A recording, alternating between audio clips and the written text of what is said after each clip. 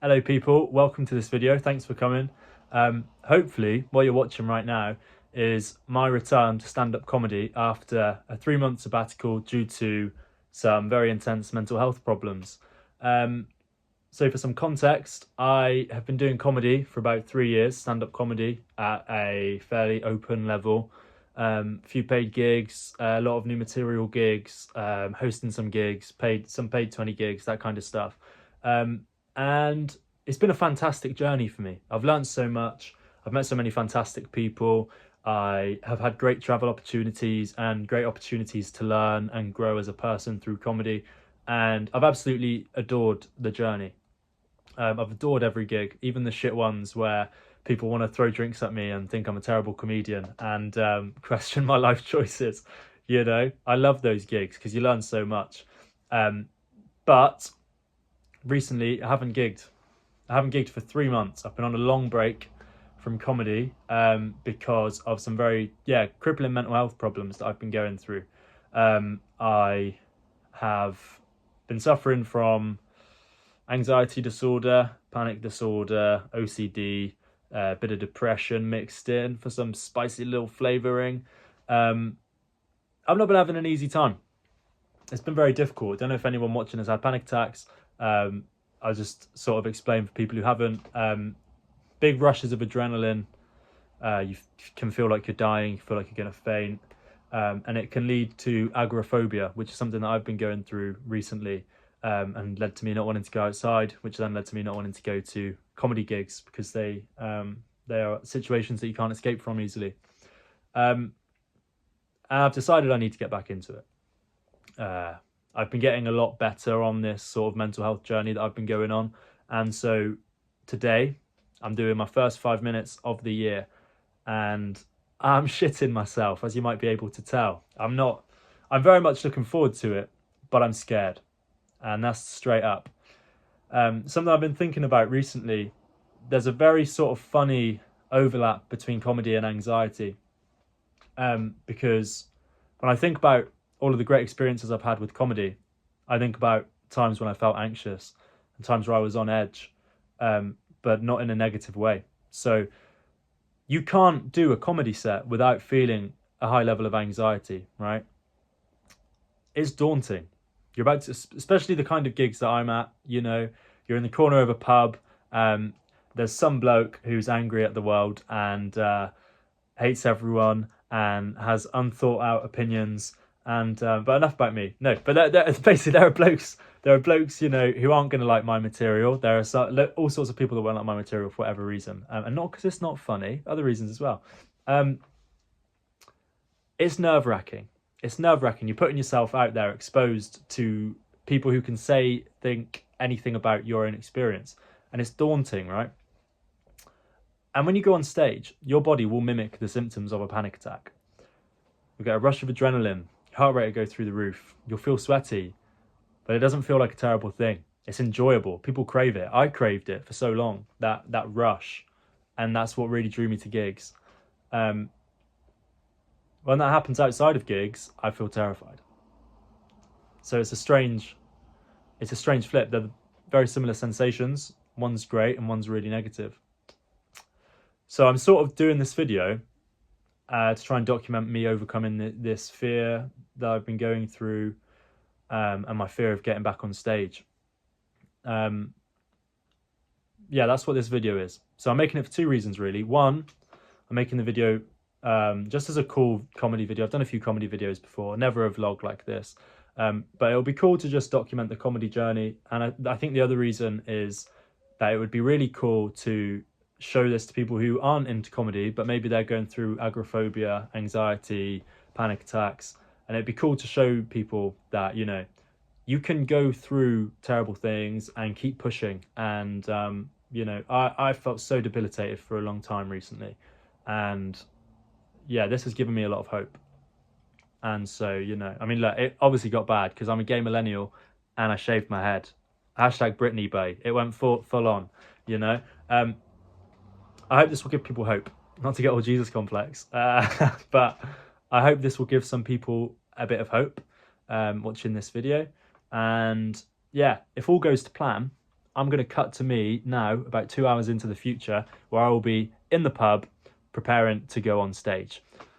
Transition. Thanks for coming on the journey, babies.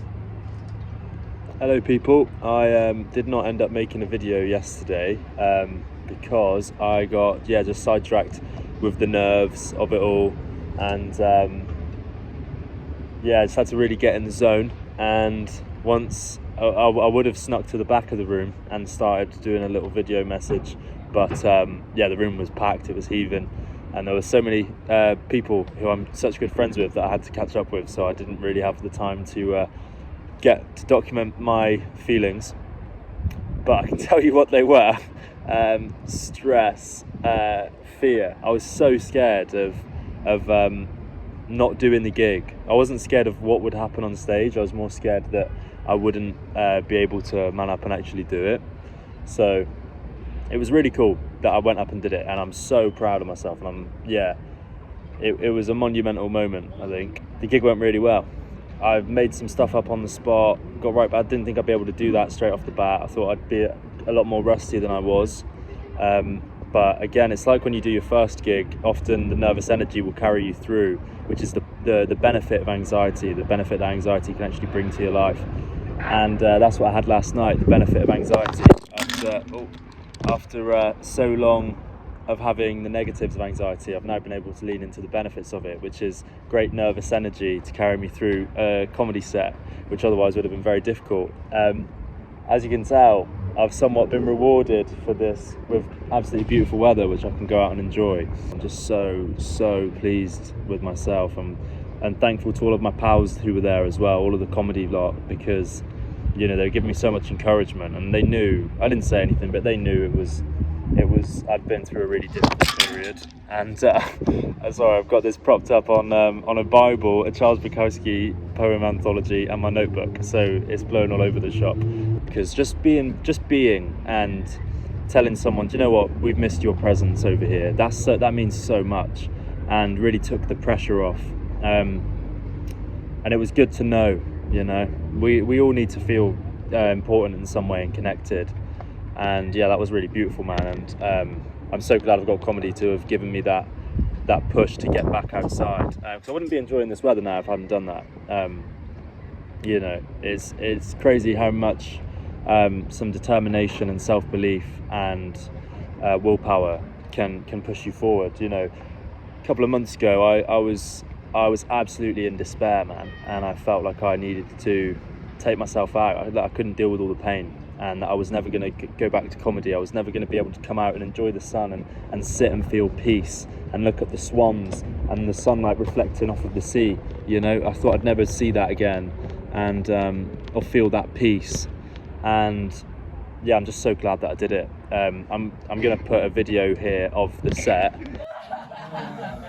Anyway, it's good to be back. I haven't gigged here in a long time. I haven't gigged in 3 months because I had a proper fucking mentee bee. You know what a mentee bee is, yeah? A mental breakdown. For anyone who doesn't know, it's a mental breakdown. And I think it is very telling.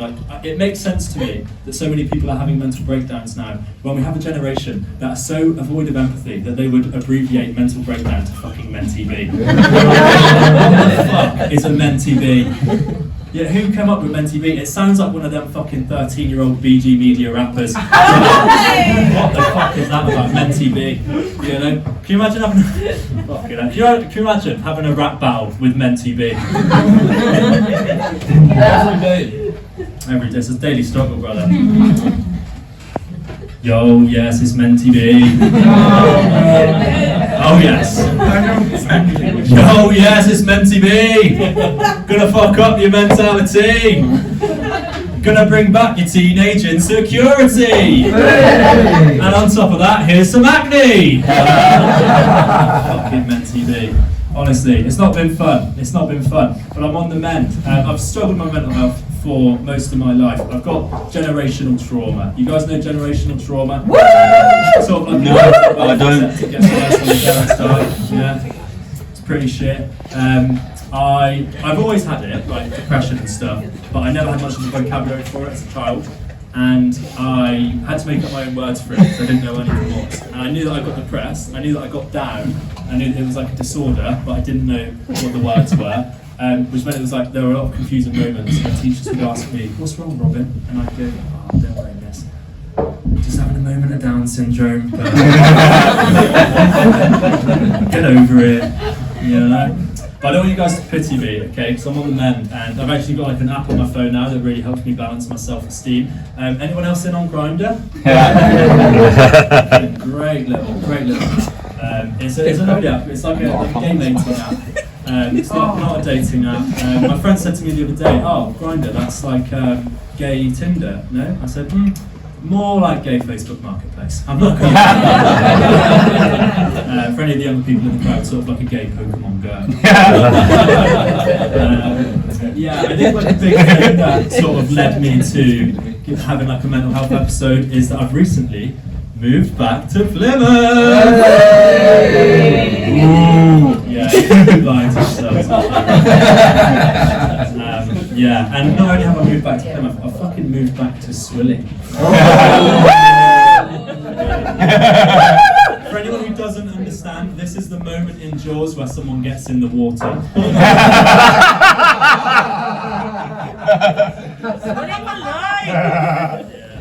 It's mad moving back there.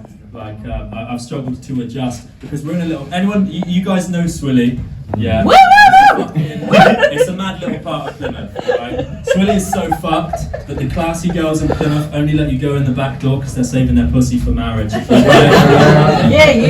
It's a trashy part of town, and we like my family. We're in like a little 3-bedroom council house, right? And it's claustrophobic, man. You know, I don't know if you guys know the layout of these kinds of houses, but it's normally one room, the 2 sisters, one room, the 2 older brothers, one room, the parents, and then you've got like the younger sibling downstairs on an ironing board somewhere. It's difficult because I come back to Plymouth and I don't have my own bed anymore. I don't have my own bedroom in my house in Plymouth, but I've still got Grindr on my phone, which obviously creates like a really big dilemma because I don't want to bring anyone back and have sex with them in someone else's bed because that would be really fucking disgusting and disrespectful to my family, right? So the other day I was fucking this guy in the shower. It was the first moment of joy I've felt in a long time, and I imagine I made noise that sort of went along with that feeling. And the next day I'd gone out and I come home and my mum was going fucking mental. Now, I grew up around a lot of strong women in Swilly, which normally would be a good thing, but I give my mother a lot of reasons to beat me as a child, right? So, I come back and my mum started hitting me in the head.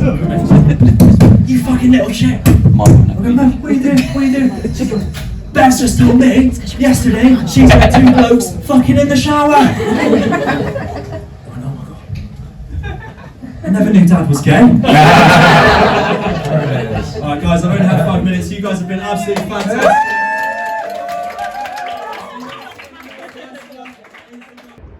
It was such good fun, man. Like I talked about my mental health crisis. Like I just started making jokes about it, about mentee B, you know, a mentee, but the fucking phrase mentee B, that's fucked up, innit? Let's be real. That's in there, you know, just observations of what I've been going through. And I'm so glad, man. I've never really believed in this idea of turning your pain into art and stuff. I've always thought that was a bit pretentious, and also like I thought it was a bit of an excuse really to not deal with your problems and just go, "Oh, it's been put into art." And also I don't like the idea that you have to suffer to be an artist. I think that's rubbish. But last night I really did turn my pain into a piece, you know, and I'm so glad I did that. And yeah, I just want to say to anyone who's going through agoraphobia, OCD, anxiety, depression, suicidal ideation, mate, just set a goal. And to be honest, I don't really want to go into this advice giving thing because everyone's situation is so different. But set some goals, and even if you set them for a year's time, you've got to wait a year to see if that's going to come to fruition. That's what I'd say, you know. That helped me, just thinking I can't do it now, but maybe I'll be able to do it eventually at some point in the future, which I now have done. Don't get me wrong, it's still a long journey, but I'm nowhere out of the woods yet, but I'm a lot better than I was.